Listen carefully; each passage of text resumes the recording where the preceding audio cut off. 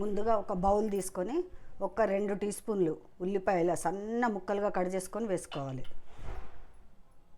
1 tea spoon ఇలా సన్న ముక్కలుగా తరిగిన వెల్లుల్లి వేసుకోవాలి.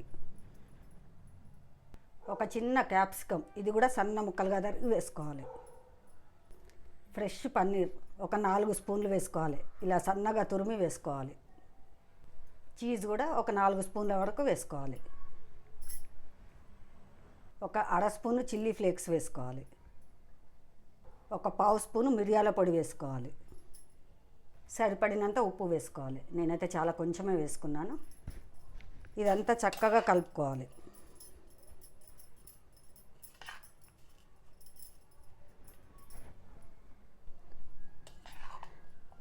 పన్నీర్ చీజ్ మిశ్రమం చేసుకున్నాం కదా, దీన్ని ఈ బ్రెడ్ పైన పెట్టుకోవాలి.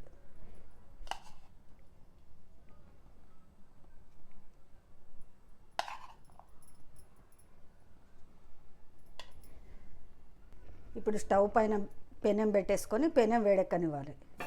ఇప్పుడు దీనికి బటర్ అప్లై చేసుకోవాలి.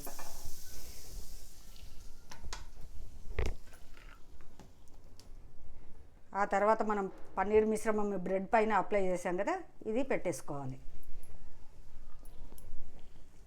ఇప్పుడు ఈ పెనం మీద మూత పెట్టుకొని ఒక 2-3 నిమిషాలు దీన్ని కాల్చుకోవాలి. చీజ్ అనేది కడగాలి, అప్పటి వరకు మనం మధ్యలో తీసుకుంటూ చూసుకోవాలి.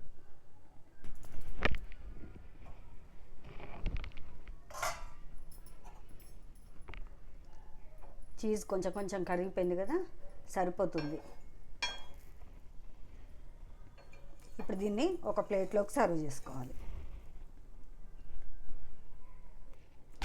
పన్నీర్ చీజ్ టోస్ట్ రెడీ అయిపోయింది.